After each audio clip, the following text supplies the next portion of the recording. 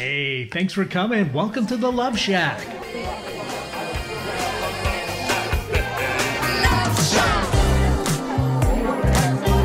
Hey, welcome to the Love Shack. It's a little old place where we get together, explore fresh perspectives, eavesdrop on juicy conversations, and uncover the mysteries that nobody talks about, but absolutely influences our relationships. If you are struggling with your special someone, this show is dedicated to helping couples rescue their relationships, and we do it with people from around the world. I'm Stacey Bartley, and I am here with my co-host and lover, Tom. Together for the past decade, we have been teaching and mentoring couples with the sole purpose of helping us, all of us, create and experience what we refer to as love for a lifetime. I mean, after all, that's what we're looking for, right? Something that's going to last the long haul.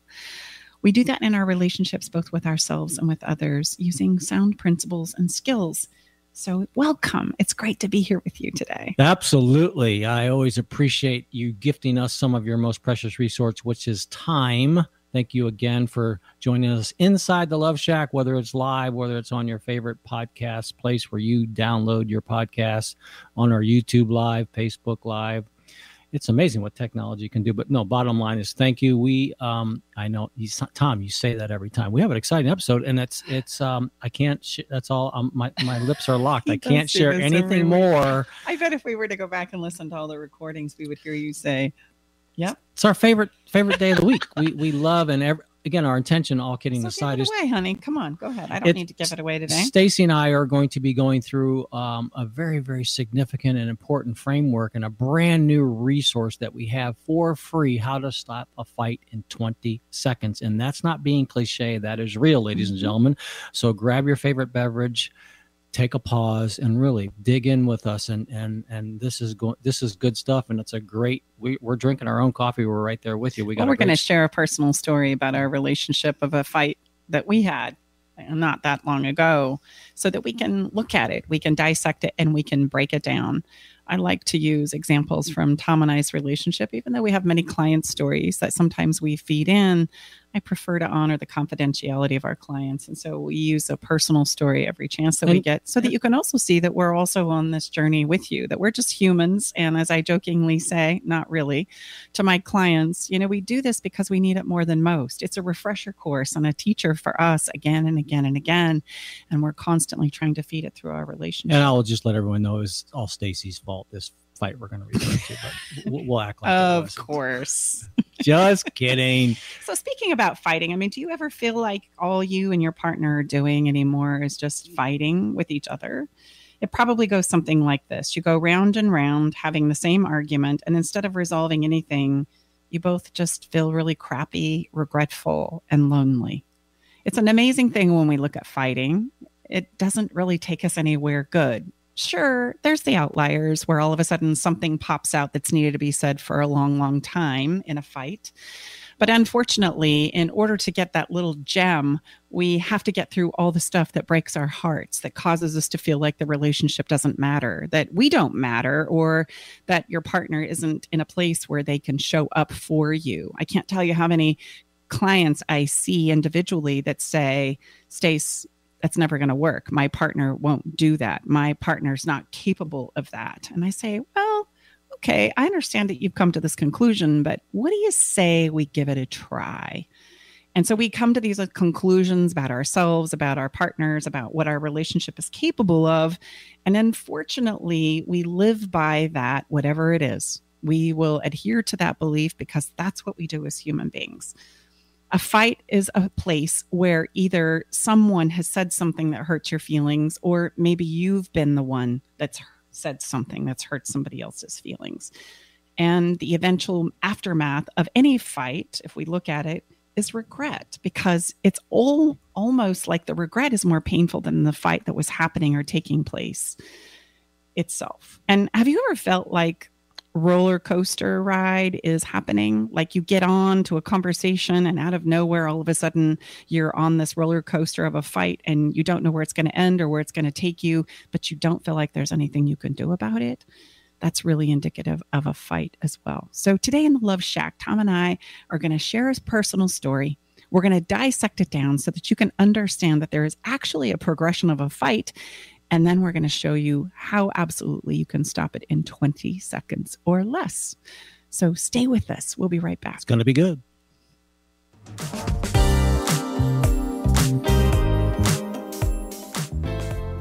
Here's what one of Stacy Bartley's clients says about working with her. Working with Stacy has been life-changing in a very magical way. I wanted to work with Stacy when I left a long-term marriage because I didn't want to repeat any of my relational, how would you say, unhealthiness. I'm so amazed how she has taken her experience and wrapped it into her own program, a program that is designed specially for you, for anyone that moves forward with her. She's unique, she's profound, she's magical. She has a love for others that is unmatched, and it would be a gift to yourself to work with Stacy.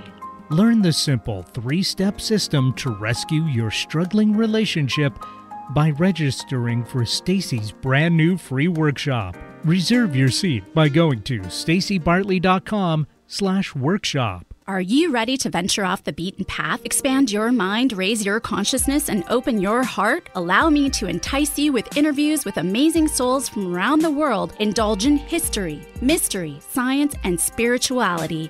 There's weekly skin tips, live esoteric readings, and answers to life's burning questions. So come join me, Sakura, your host, intuitive medium and spiritual hypnotherapist, each Wednesday at 2 to 3 p.m.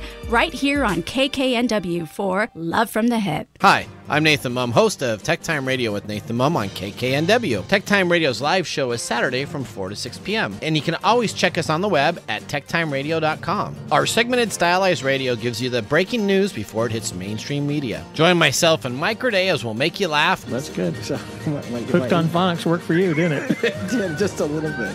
And learning something new in technology. Join us Saturdays 4 to 6 p.m. and Thursdays from 6 to 7 a.m. The technology show for the everyday common person. Easy on the ears, good for the soul. Alternative Talk 1150.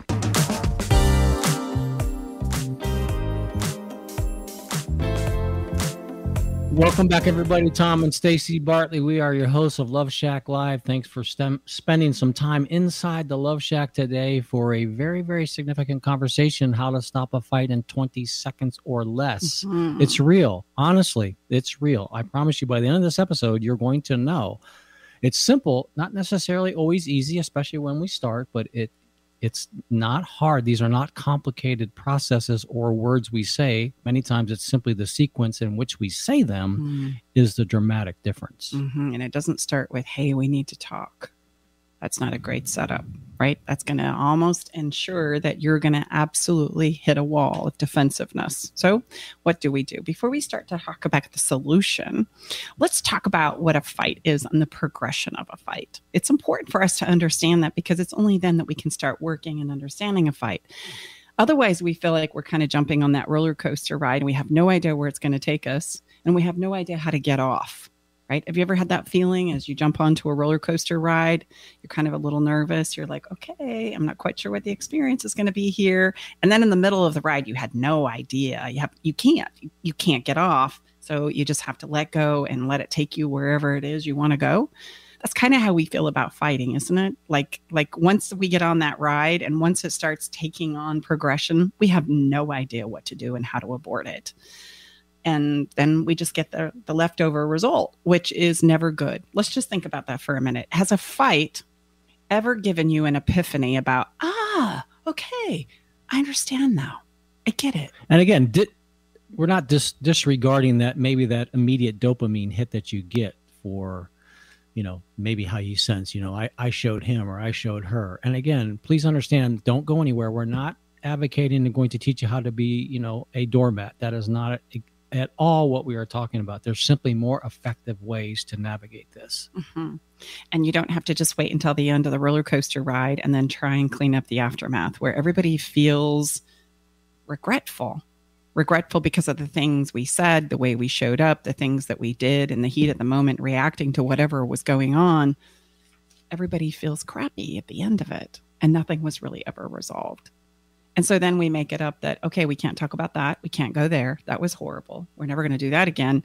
And so all of a sudden we create these emotional prisons or places in conversation that we can't go because they always, the minute they come up, take us to the same old place that we don't want to visit.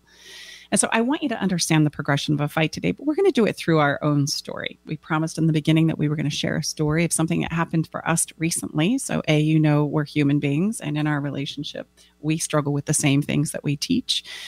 The difference is we can just get through it quicker because of the skills and the tools that we have mastered and practiced thousands of times. And I would bet we're going to continue to practice thousands of times. Why? Because we're different human beings. And we make messes. We're mess-making machines. It's not about not making a mess. It's about knowing how to clean them up. So here's the layout. We have a wonderful tradition where when our grandchildren have a birthday, we invite them to come up and have what we call a sleepover. They actually sleep over at our house. We usually do an activity of their choice and go to a restaurant of their choice. And it's an opportunity for us to spend one-on-one time with our grandchildren.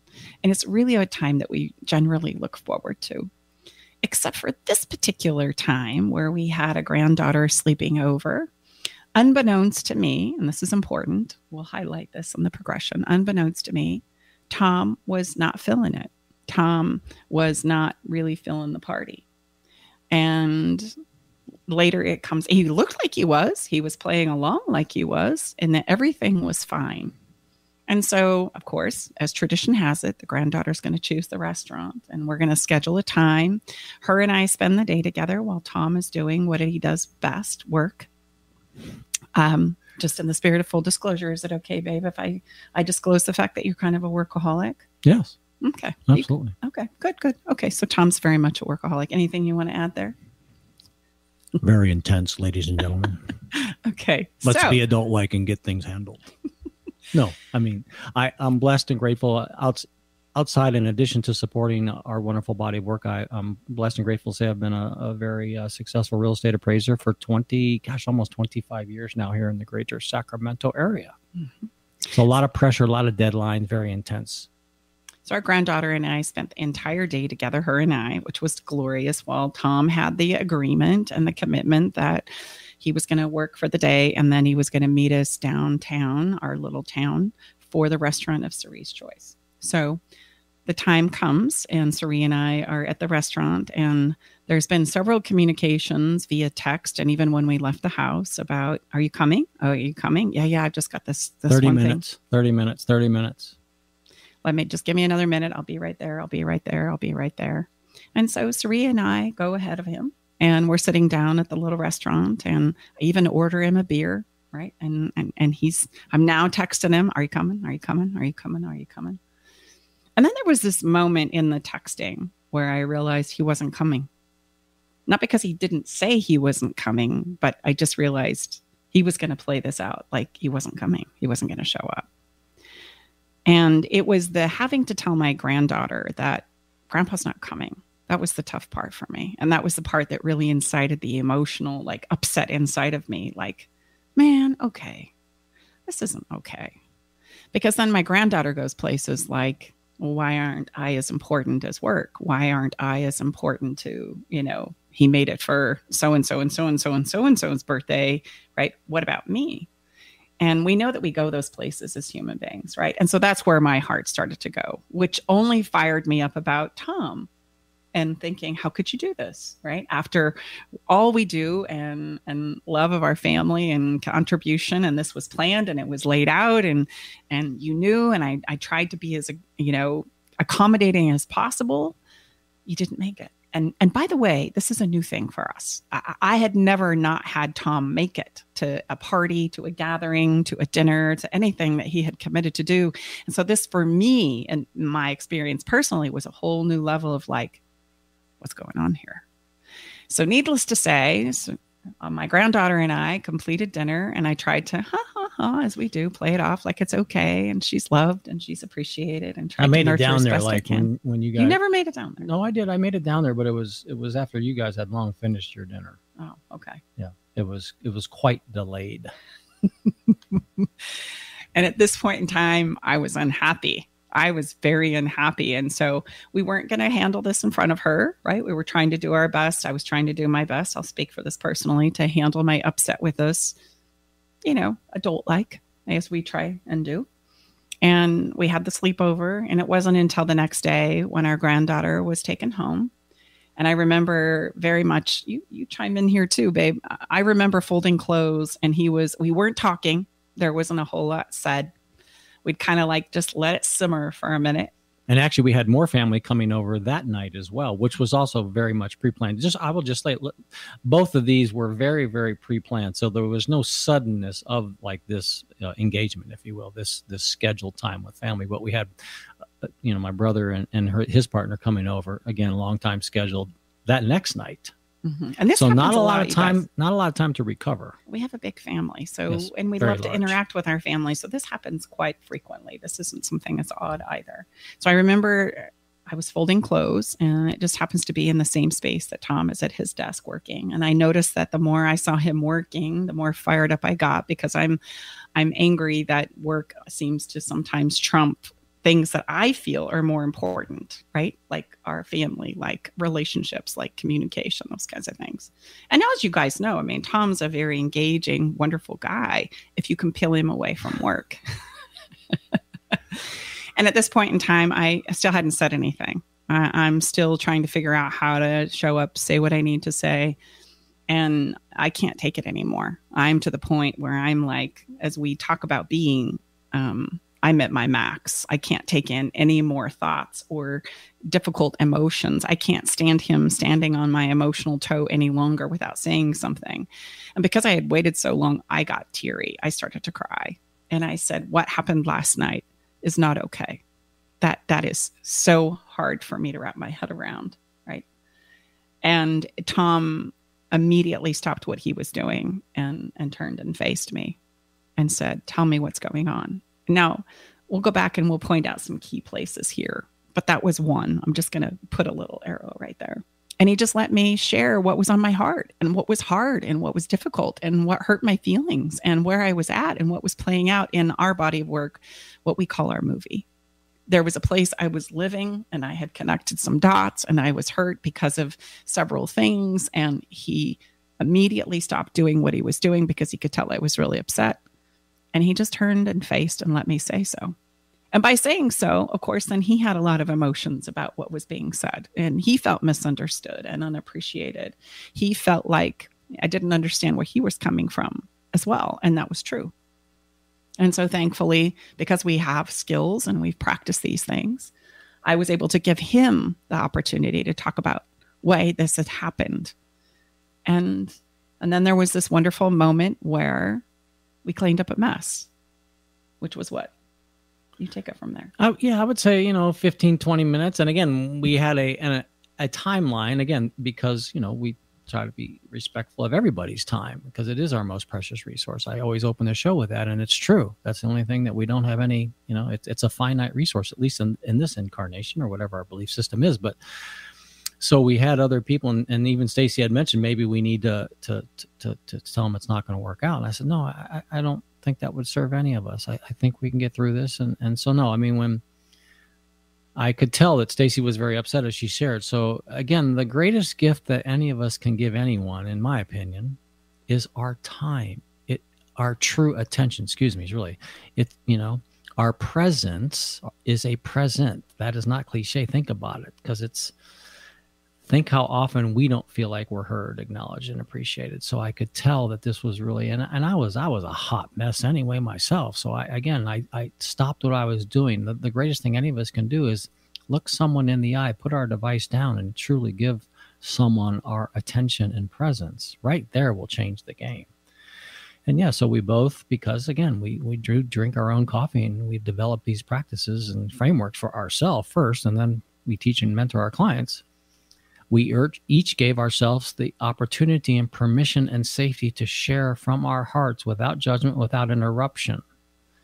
And we discovered a lot of things about both of us and what, like Stacy had shared, what was going on in our movies. And I was just a hot mess, and I take on a lot of responsibility. And yes, I'm very intense work-wise, come from a family of great, responsibility and loyalty and integrity. And again, there's balance in everything. And just was trying to dig ourselves out of some situations that we all have these perfect convergences. I guess the Gus, we like to say Gus, God, universe, and spirit provides us to master lessons. And there we go. And it converged at the inopportune time. Well, and help people understand where you were. So I've shared where I was at, right? I've shared what was upsetting really, me. So where were you looking back is I just sort of said, babe, you know what? I just don't have it in me. What was the conflict that was happening inside of you? Well, I was torn because I wanted to continue doing what I was doing. When you're writing an appraisal, it's a very, very technical analysis and report, and there's so much time intensity. So I really just wanted to get that one off my plate rather than stop and interrupt. But yet I was torn because, again, I have great love and appreciation and gratitude for our family. And so I had made a commitment. I take those very seriously to our granddaughter. And so I was really torn, but I just didn't have the emotional bandwidth to do them both. And I just really should have said, babe, you know what? I don't have it in me. Can you please, you and our granddaughter, just go on your own? And I'm just going to, when you come back, I'll be ready to then participate, but I'm not going to be able to make the dinner. Yeah. So did you, when you were pushing it back another 30 minutes, another 30 minutes, another 30 minutes, did you really think that you were going to miss it? In all fairness, I don't, how it is, babe. Sometimes when you're in the throes of these appraisal analysis, you don't exactly know what you're undertaking. And it's just, excuse me, you're in the weeds, and we're going to go through this acronym But at what point in time did you realize you weren't going to make it? Or make it very late? Probably with the first or second text. Yeah. But again, because didn't want to disappoint you and our granddaughter, but that's key. I really wanted to help you kind of disclose that, because that's the key. We don't want to disappoint the people that we feel like are relying on us. And so we know that we're not going to make it, but we keep saying that we're going to, and it's not malicious, which is how it felt for the person sitting down there at the restaurant table. It feels malicious because we're like, come on, man, we had an agreement. We had a time. I don't know how much more I can prep you or help you or support you. And you keep telling me you're coming, and then you don't, and then you don't, and then you don't, and then you don't, and then it's done, and then it's over. And like I said, there's that moment where I'm like, you're not going to make it. And it would have been so much easier and simpler and cleaner, and about 1/10 of the emotional, unrest, if I would have just come clean and followed my intuition and come clean and said, babe, it's just not there. Even though I had already agreed, again, these are, boundaries and things are, we use the garage door analogy, they're malleable, they move, but the importance is disclosure and sharing when they do move. Mm-hmm. So I want to give you the progression of the fight. And I'm going to go back to our story again and again and again so that you can see the progression of the fight. We can actually point it out, and you have something to kind of hopefully take away and see in your own life, these progressions, because fights don't just come out of somewhere. They don't. And unfortunately, fights happen because we don't disclose where we're at, or we don't know how to stop them, or both. Because they all of a sudden pick up intensity and we don't know what to do then. But just get on board or try and get the heck out of Dodge. And again, excuse me, we're talking about things, ladies and gentlemen, that are happening in nanoseconds emotionally. So it's very fast, it's very furious, and it's very scary. So we're going to do everything we can to impart and encourage you and share with you how you can slow this process down. Mm-hmm. It's important that we slow down. The more we start spinning up, the more we need to slow down. Stacy will say, honey, are you reeling? Reeling, reeling. Yes, I am reeling. And it's time to slow down and take a breath, right. Which is very counterintuitive to what we think we need to do. We think if we speed up, we're going to be able to get ahead of it. We're going to be able to figure it out, right? If we just say this one more thing, this one more word, throw out this one more piece of evidence, we're going to get ahead of it. And somebody's going to go, aha, I see the light. You make so much sense. Thank you for that. It's never been my experience. Never mine either. And I don't think it's anybody's else, if you really can be true and honest with yourself. So the first step of a progression of a fight is something happens. I like to say people step on your emotional toe and it hurts. And you're aware that there's something that hurts, and you're not so sure, maybe even in that moment, why it hurts. You just know it does. And the first thing that happens when something fires off like that is I withdraw. Okay. We're going to go through a WEEDS acronym. So WEEDS, and the first letter is W for withdraw. And we're going to pull back, whether that's physically pulling back or emotionally pulling back. So the minute Tom said he needed 30 minutes as we were heading out to the restaurant, I can look back and see in that moment, I emotionally pulled back. I left the house saying, okay, you better make it, which probably made him feel like even more so he couldn't disclose the fact that he was probably not going to make it. Oh, the pressure intensified unbelievably. With every 5 minutes, I mean, we're talking about a 10x.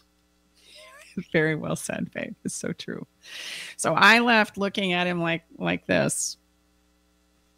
Not really the look that I often revere about my lovely wife and partner. That's not a good one. Yeah. So immediately, not only me, but him are pulling back. We're withdrawing. It's like, okay, we're not disclosing. We're pulling within.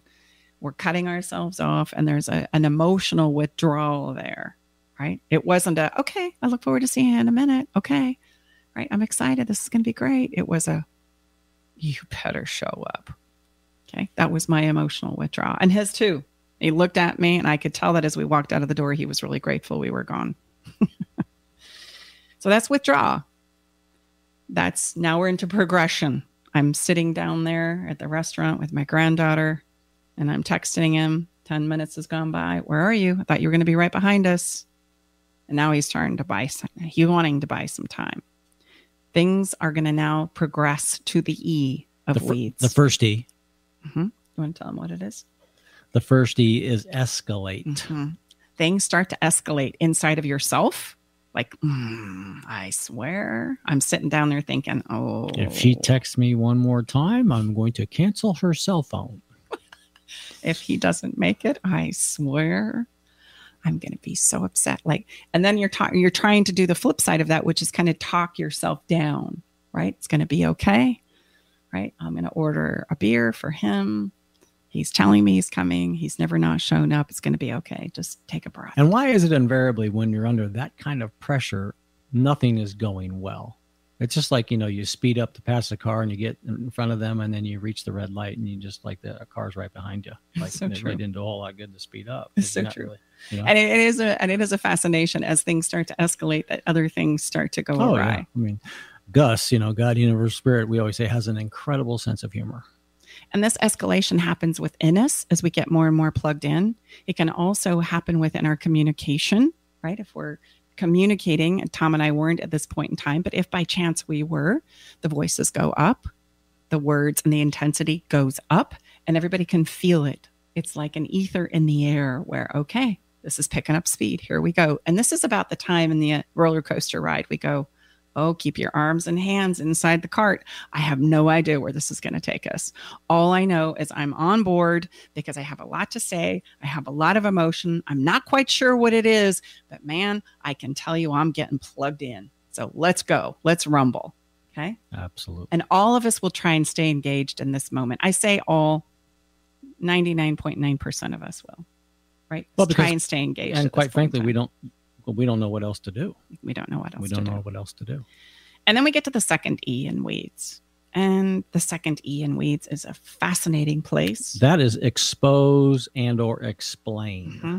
This is where I try and expose your weaknesses. This might be where I start pulling out some communication that sounds a lot like, come on, you did this last time. Let's not do it again. Right? Hey, we all know that this is a thing for you. We've talked about this many times. Mm-hmm. Get your fanny down here. Let's go. Pull yourself away from the screen would be my communication to him. And what would be his communication, babe? What would be your communication? You don't understand all the pressure I have. Please give me a few more moments. Yeah. For the love of God. Yeah. And then we try and start explaining with our evidence. This is where we bring in evidence. We love our evidence. And I want you to understand with evidence, we can support anything. Mm-hmm. Any belief or emotion that I'm feeling, I can provide evidence for. It's very important that we understand this. Would that be in the technical, you're the psychological science geek, would that be confirmation bias? Mm-hmm. Absolutely. Oh, confirmation 1 point bias. for Tom. Look at you go. There? Okay. Yeah. No kidding aside. Yes, you can. I mean, come on, all of us. You can find evidence for whatever the mind and the brain are looking for. Mm-hmm. We can. So my evidence is obviously I'm sitting down here in real time. You've promised to be here, and you're not here, and you've said you're coming 3 times now, and you're still not here, and your beer's getting cold. And at this point in time, I'm starting to flip a lid, so to speak, turn into a very hot mess. And where are you? Well, I would say, yeah, you just, again, you don't understand. You live kind of we've been accused of living in Disneyland sometimes. And, but no, babe, believe me, I've run into some unexpected problems. Please, I'll get through this. Just give me another 10, another 10, and another 10, where we always have opportunities to come clean whenever we want. You don't ever lose that ability. It may not be as clean as the first time you could have asked, but again, that would have really been the best remedy. But I was just literally torn emotionally between, what I'd committed to and where I was at. It just, I've not evolved enough to be at 2 places at one time. Mm-hmm. So after they expose and explain, we get into the demand phase. That's D for the WEEDS. D is demand. Wait a minute. Before we move into demand, there's one thing I want to say about expose. Expose could also be the place where I'm playing the victim. Oh, you always accuse me of this. Oh, here we're going to go again. I could play the victim and expose because I'm exposing things about myself. I'm exposing things about you, your weaknesses, how you do things, the thousands and myriads of times where I've asked you to do it differently and you didn't. Or I'm exposing, I know, that's just who I am. I'm sorry. There's nothing I can do about it. I might play the victim in exposing my own weaknesses in order to stop this freight train or get you to feel sorry for me. How about could you also take on, it's obviously you don't care about me and the granddaughter. For sure. I'm not as important as your work. Mm-hmm. Yep, absolutely. That would be exposing your weaknesses and mine by playing the victim. Gotcha. Okay. And then explaining is throwing out all my evidence, and even the neighbor and my mother said, and my friend said, and Stacy and Tom said, and we bring in anything and everything we got to kind of explain why it is I'm right in feeling the way that I do and you're wrong. Okay. Okay. And then it gets to the demand phase, and the demand phase sounds a lot like, oh yeah, well then I'm gonna, oh yeah. Okay. Well then that means you want to go there. You want to rumble?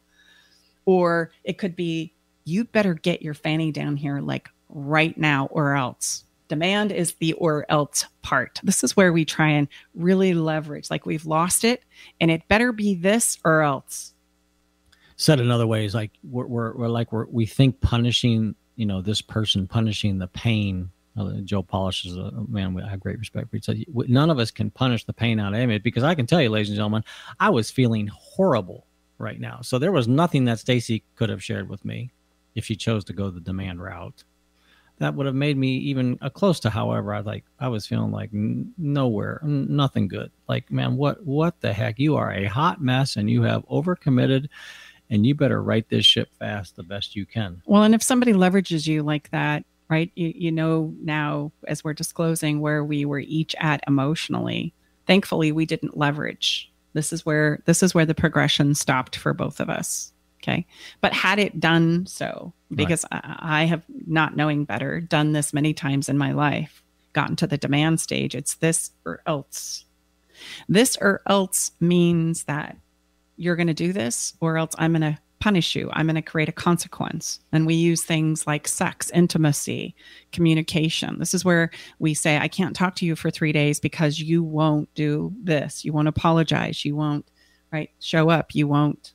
And so we're in these places where we're in the demand phase, and I'm wanting you to do something before I will engage with you, tell you how I feel, give you sex, go shopping. How about maybe a special something was planned a day or two later or the next weekend? If you don't get down here next week, we're off. Next week's, getaway weekend, we've heard of that too, is off. Like, well, really? Okay. I mean, so yeah, we can get really creative, man, and we can increase the pressure on the demand side pretty creatively. I would say all of us are pretty darn good in that regard. And just think about, we've all been leveraged like this. So where do you go in the demand phase? This is about the point we think, screw you, whatever. Go with your bad self. I'm done. This is about the time we start tapping out. And this is where I also might say things I regret later. Mhm. I'm going to come at you. Oh, you're going to go there? Okay, now I'm really going to let you have it. In the gambling world, they would say all bets are off. All bets are off. All bets are off. Everything's on the table, baby. Mm-hmm. You're going to leverage me like that? Well, then I'm going to leverage you like this. Right? And this is where things go really awry. Right. And there'll be a point in time where hopefully it doesn't get physical. Right? But sometimes it does. Hopefully it won't get to a place where it's completely destructive emotionally. This is where I might throw out some really awful things about things in our past, or maybe you've exposed some vulnerabilities to me, and then I use them as weapons. This is also where I might disclose things that I've always felt, that I've always wanted to say, but it's done in a very weaponized way. I never did like you. I never did think that this was going to work. I always knew that you were those kinds of things start tumbling out in this demand phase, which leaves us with the S. And the S is always shame. We feel it. This is where the regret and the aftermath sets in. Shame is the end result of us working through the WEEDS acronym. We are truly in the weeds. We are out in a place where we don't want to be, and we're all left with the culmination of shame because of how we've showed up. That's totally counter to what it is we want, who we want to be. And we've said some things that we don't really mean, we didn't really want to say, or we needed to say them, but not in that way. I weaponized some things that I wanted to say, and I know I could have said them better. I think I didn't quite know how, but I should have not said them like that. Yeah, I would say that's that aftermath, the next morning, or, a few hours, or we've all, said some things, perhaps behaved in ways like, oof, gosh, I could have done a better job with that. I mean, that's just part of life, So again, it's never too late to get out of the weeds. It's obviously the quicker that we can identify we're in the weeds and start at the W, rather than we get to the S, So in our scenario, in our story, Tom and I made it to the expose, explain. So we withdrew. Things escalated. I was trying to say, hey, come on, don't do this. You better get down here like right now. We're waiting. Do you want us to order you a beer? And I thought by ordering you a beer, babe, honestly, that would be the bait that I needed to get you down there. That's a good one. Hot summer night on a Friday with a cold beer is a great, that's a great draw. And at that point in time, I stopped, which is in this progression. We're going to go through it again. But the goal in understanding this progression is that as soon as possible, you stop it. Because if we don't, it's always going to take us to the same place. It's going to take us to shame, which then backhoes the safety, the connection, the love, the wonderful stuff, the joy that we have in our relationships. It literally backhoes all of the safety and permission out of it, little by little, scoop by scoop, until pretty soon you don't have the safety to disclose anything anymore. And so you see couples that have been together for a long time who really are living separate lives. This is how it happens, piece by piece. I was just going to say, like here in the Smith family, oh no, we don't talk about that. Oh no, we don't talk. Oh, we definitely don't talk about that. We think, well, what do you guys talk about? It's very, very surface level. So yeah, as Stacey shared, you're just actually you're doing exactly the opposite of what's needed. As the longer that partners are together, guess what? The requirements for sharing go up as well, and it's usually the inverse of that. Mm-hmm. So, you've got to understand. So weeds, let's go through it. Yes, you withdraw. It's the first thing, emotionally or physically. We go within. We pull away. We pull out. I mean, that's my classic. as soon as things aren't, I clam up like quick. I'm not as talkative as my wonderful wife anyway, so that's not a good program. Tom goes really quiet, and then we go, something's in the air. And Stacey's like a detective; she will hunt you down. Then things escalate. If things don't get resolved at withdrawal, I would say and I don't want to put words in your mouth, babe, but I would say, not to brag. It's not about bragging. It's about practice. I would say 9 times out of 10, we resolve our conflicts right there. Mm-hmm. The minute somebody starts to withdraw, we're like, okay, Pasa, what's up? I don't understand where you're at and why you're behaving this way, or vice versa. Let's address it right now. And that's the key. The folly is we wait too long to disclose what's not working. The fact that you're standing on my emotional toe. And we wait and we wait because we don't want to be a problem. We don't want to create conflicts. We don't want to create fights. And then we wait until the moment where I'm literally losing it. Like, I can't allow you to hurt my feelings like this anymore. And that means that we've gone through withdraw, escalate, we're into expose probably. And now I'm going to get demanding. And then we're going to be left with that beautiful crescendo of shame, jokingly, haha. So withdraw. And then it escalates. And then we begin to expose our weaknesses, expose their weaknesses, right? Use it against them, or bring in my plethora of evidence and explain why it is that I'm entitled to feel the way I feel. And you should acquiesce and just agree with me. I'm wanting to also feel heard here. And if that doesn't go well, then I'm going to get to the point where I'm leveraging. And unfortunately, we go there because we don't know what else to do. And this is, fortunately for Tom and I, we stopped it at expose and explain. And we were able to clean up the mess. We get into demand, then we are left with the culmination of shame. And so in understanding this progression of a fight, what I hope for you as our listener is, number one, right now, take a look at how this plays out in your own life. Look at your last fight. Did you notice yourself or your partner withdrawing? Did you notice the escalation? Did you notice how you started to expose or explain things? And then did you get to a place where it was demanding? It's okay if you did. Most of us do because we don't know better. Mm-hmm. And then were you left with that crescendo of shame? Probably so. So the first thing is just to get familiar with fights don't come out of anywhere, nowhere. They are a progression. And the goal is with this framework is to stop the fights as quickly as possible. And you're going to probably at first, when you start working with this, you're going to be all the way into expose and explain, or maybe even demand before you go, oh my gosh, we're doing it. It's happening like right now. And that's okay, because anywhere you can catch it is better than not catching it at all and taking the freight train all the way to the end. Well, and the beautiful thing is the first place we all have to realize is to understand where we're at. That's a huge, don't underestimate how powerful that is. That is a great place of the first awareness, because otherwise we're just going to continue doing what we've always done. So you have to understand, oh my gosh, I'm demanding and I'm really close to shame. Beautiful. I mean, again, not to dismiss what you're going through, but we first have to understand where we're at. And then what do? Immediately what we do is we pause. Now we're going to give you the remedy, right? Regardless of where you find yourself in this progression.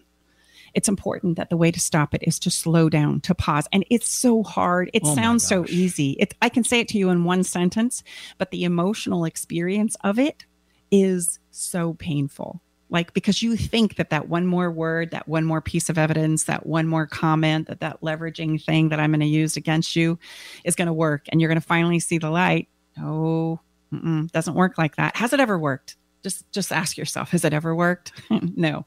And it probably never will. So it's best we don't go there and stop it. Just pause. And what I want you to do instead is, if we can pause it sooner rather than later, we can step into actually serving up the remedy, which is the ability to end a fight in 20 seconds or less. How we end it in 20 seconds or less is we invite you to not only pause, but to step into a framework we call fairy dust. Now, a fairy dust is very tried and true psychological principles. I didn't make this up. But at the end of every fight, I want you to also evaluate right now, what were you looking for at the end of the day, regardless of the words that were coming out of your mouth? You were probably looking for being heard. Just understand where I'm coming from. Tom mentioned that in our story. You don't understand. I'm pulled. The pressure is not going to help me solve my problem. I just don't think you relate to where I'm at. And I could say the same thing. You just don't get where I'm at. You don't understand how difficult that is. I can't believe you would drive me to this place. This is your fault. No, it's not your fault. It's an experience I'm having, and we need to come to a place where we understand it. So we all fight to be heard. We all fight to be appreciated, because let's be honest, relationships, they take a lot of work. I'm putting in my best efforts. I'm doing everything I got, right? And I don't feel like you're seeing that or appreciating that. And the last one is, if I don't get heard or I don't get appreciation, does any of this even matter? Do I matter to you? Does this relationship matter? Does anybody care? And those three things, if not all three, or one of the three, are not, at the end of the day, met. We are fighting for those things, regardless of what the circumstance is that we're now battling. And it's important that if we know that, then we can throw that out. We can go there immediately. So when we came home and Tom and I resolved this, it was Help me understand why you didn't show up. And as I had said to you, Tom allowed me the space and permission to feel heard, and I gave that gift back to him. That's important. Right. After we had paused. Right. So you know what? That's how a fight can be stopped in 20 seconds. You take that pause, you bring in some oxygen, take some deep breaths, and then you sprinkle fairy dust. And we have an incredible free resource that on the back of it, again, these are not complicated words, ladies and gentlemen. They're simply the sequence of, we're going to show you in the download and the free resource what we typically say, and then how we coach and encourage you and mentor you to say something different. And these are not complicated words. It's simply the sequence in which you share them will literally stop that fight dead in its track. Now, it may not be resolved, but again, this is how to stop it. We've got to stop the progression, the escalation, the intensity. Mm-hmm, absolutely. And it stops by doing this pause.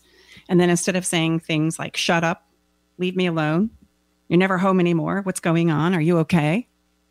I'm saying things like, I want to hear what you have to say, but not like this. Let's take a pause. Hey, I want you to know this relationship is really important to me, so I've got to stop. Or, hey, I'm such a hot mess right now. I'm not fit to be having this conversation. I'll come back in 10 minutes. There's a free resource that I'm going to encourage you to get over to stacybartley.com/stop-fight. And in this 3-page download, I promise it will change your life. You can use fairy dust. That is the thing to do. That is the thing to practice as you notice the progression of the fight. The first step is you got to notice the progression. You got to understand what's happening so that you can stop it. And it's a practice. So get this download. Practice with it, use it, because it does have the power to stop the progression so that we can stop feeling the pain and the shame and the regret that typically happens after a fight. And then we can steer our relationships in the directions that we absolutely want to go, which is more connection, more understanding, more appreciation, feeling like it's strong, it's capable, and it's foundationally healthy and sound. And I would add, the reason why it's so effective, just think about it. Rather than being condemned and ending up in shame, with these different words that we're encouraging you to say this versus what we typically say, you're asking to be invited into someone's experience. So think about, just let's go to the physical. How about how good do we feel whether we receive a invitation in the mail or a digital invitation? I know, like, oh, wow, even if we can't make it, think about it. Thank you so much for thinking of me. So that's a much different experience than someone trying to condemn us and blame us and shame us. Mm-hmm. We hope that you find that helpful. Get familiar with just to break this down in 3 seconds. Unfortunately, our conversation needs to come to a close right now. I'm sure we'll come back and have this again. Get the download. It's going to show you a lot about fairy dust, how to use it to stop a fight. And then get familiar with that progression that we talked about: withdraw, escalate, expose, demand, shame. Once I get familiar with it, then I can start working with it, and give yourself a lot of grace. You're not going to totally screw this up, probably, just because it's happened so fast. So you're going to get all the way to shame, and it's okay. Just come back and try again. It's about practice. It's about repetition. It's about learning to catch it and see it.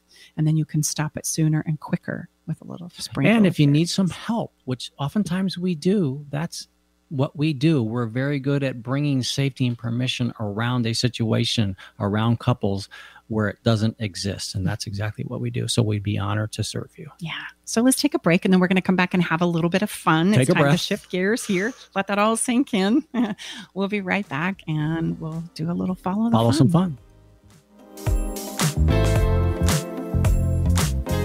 Here's what one of Stacy Bartley's clients says about working with her. Working with Stacy has been life-changing in a very magical way. I wanted to work with Stacy when I left a long-term marriage because I didn't want to repeat any of my relational, how would you say, unhealthiness. I'm so amazed how she has taken her experience and wrapped it into her own program, a program that is designed specially for you, for anyone that moves forward with her. She's unique, she's profound, she's magical. She has a love for others that is unmatched, and it would be a gift to yourself to work with Stacy.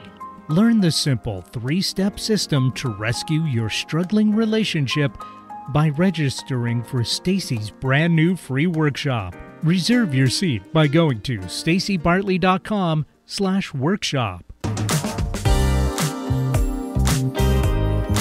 Hey, welcome back, everybody. Tom and Stacy, great to have you inside the Love Shack. We're going to give you a little follow the fun. Yeah, when you've got a morning where it's leisurely, maybe this weekend, what I'm going to invite you to do is go to pulling up a horoscope. Now, I know, don't roll your eyes. Some of us are horoscope like driven, some of us are not. I look to think of horoscopes as like a little snapshot where I get to look and say, is this me or not me? Is this me or my partner or not? So I'm going to encourage you to inject a little bit of fun by going to, you can Dr. Google it. That's my favorite, right? Horoscopes for, I'm an Aries, Tom's an Aquarius. Pull it off. Hey, Aries do this, Aquarius does that. These are their strengths. These are their weaknesses. And as you look at those, right, either on your smartphone, if you want to be old school, print them off over a cup of wine, a cup of coffee, a cup of wine. That was funny. A glass of wine, either in the evening when you have a leisurely morning. Share back and forth about what you feel like resonates with you for being an Aries or an Aquarius, and what you think is like, that's ridiculous. I can't even relate to let's that. have some fun. It's just some novelty. It's another way to approach, where you may have some bridges and where you may have some things that, oh, no, that's no way. Well, more importantly, you're sharing yourself. Like, I relate to this. Oh, I totally do this. That's totally me. And I don't really relate to that. I think that's a bunch of hooey. Do you see me do that? There's a lot of really fun conversation and connection and sharing that can come about if we use this horoscope as a way to kind of interject it in there. So let's spread a little fun now, or spread a little love. fun. Well, we spread some fun. Now we'll spread a little bit of love. This is a wonderful woman that's going to be a guest on our show next week if you're listening live. Yeah, and she talks about being in your body and expressing with your body and feeling comfortable with that. And her little bit of love that she had to spread and share with all of us today is, and she has such a sexy voice. Hello, my name is Jay Siren, and I'm a sensuality coach. I'm looking forward to being inside the Love Shack with Tom and Stacy later this month as a guest. And the thought that I'm having today that I'd like to share with you about love and relationships is that though time and energy are finite resources, love is not. So where you feel it in your life, acknowledge it, elevate it, and celebrate it in all of your relationships, romantic or otherwise. I look forward to being together again with you inside of the Love Shack. Man, isn't that sexy? I mean, come on, babe. That's a sexy voice. Oh, yeah. I'm looking forward to our conversation with Jay. It's going to be great. I mean, come on, sensuality. For me, sensuality, it's the it's the full expression and the experience of all of our senses. I bet the root word seems to have similar letters. Mm-hmm. And as we know, we all always end our show with a song. And today's song is Luke Bryan's Do I. He says, do I have your love? Am I still enough? Tell me, do I or don't I? And can we give it one more try? And that's usually what we want to know at the end of a fight, isn't it? We want to know, do I have you? Do I love you? Do you love me? Can we give this another try? So it's a perfect fit for our song this week. Yes, I love you, and I will give you another try, even after our fight that we shared. I know, me too.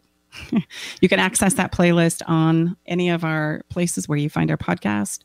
It is a Spotify playlist, and we have a song that's related to every single episode. And why do we do that? Because we want you to feel. We give you some things to think about, and then we give you some places where we want you to feel. And our incredible engineer right now is giving you very cool video of this song. If you're watching it, you betcha. So it's time for us to say goodbye. That's it for today's Love Shack. Thank you so much for being here inside of the Love Shack with us, where we have conversations about love, sex, and relationships. We're dedicated to talking about the things that you want to listen to. So if you have a conversation or a topic that you would like us to speak about, please don't hesitate to reach out to us. And I can't overemphasize, please grab that free resource. Mm-hmm. We've put a lot of time and thought into this, and it's really what we feel is really going to move the needle. So stacybartley.com/stop fight. You spell Stacy with an I, STACI. Mm-hmm. And a special thank you to Jay Siren today for spreading some love. She's going to be so good. Don't miss her. Come on back next week and join us for additional ways to improve your relationship. And by chance, if you found value in today, which I hope you have, and being here with us, take a moment right now And reach out and share this podcast, this episode with somebody that you know could use that progression of a fight, could use that download. We're here to support you in any way that we can on your love, sex, and relationship journey. You can find everything at Stacey Bartley. And may we suggest you begin with that resource we talked about. We're Tom and Stacey Bartley, hosts of Love Shack Live, together with our incredible engineer, Eric Ryder. Thank you so much for being here with us today and spending some time with us inside the Love Shack. We will see you same time, same place next week. Mm-hmm. Get your download. Bye-bye.